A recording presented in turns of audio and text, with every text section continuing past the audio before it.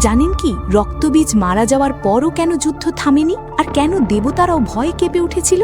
যে সময় রক্তবীজ তো মারা গেল, যেই মুহূর্তে রক্তবীজের শেষ রক্তবিন্দু কালীর মুখে প্রবেশ করল, মায়ের রূপ শান্ত হওয়ার বদলে আরও উগ্র হতে শুরু করল এক নতুন প্রলয়। মা কালীর চোখে তখন কেবল ধ্বংসের নেশা। অসুর তো শেষ, কিন্তু মায়ের তৃষ্ণা মিটছে না। তার চোখ রক্তবর্ণ হয়ে গিয়েছিল, জিভ বেরিয়ে এসেছিল, যেখানেই তার পা পড়ছিল সেখানেই মাটি ফেটে যাচ্ছিল, দিকসমূহ কাঁপতে শুরু করেছিল।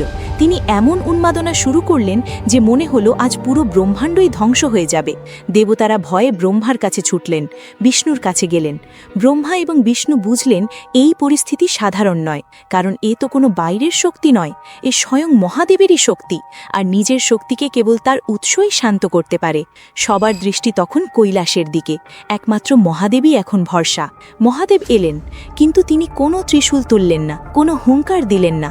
তিনি দেখলেন মা এখন যুক্তির ঊর্ধ্বে, যেখানে চেতনা কেবল ধ্বংসই চেনে। তাই প্রলয় থামাতে মহাদেব বেছে নিলেন এক অদ্ভুত পথ।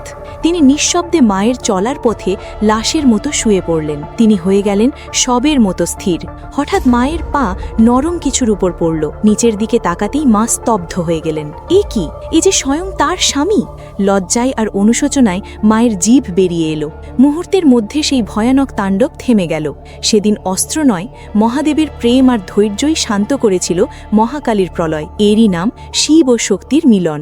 যদি সত্যিই মহাদেবের উপর বিশ্বাস থাকে, তাহলে ভিডিওটি লাইক ও চ্যানেলটি সাবস্ক্রাইব করুন, আর কমেন্টে লিখুন, হার হার মহাদেব।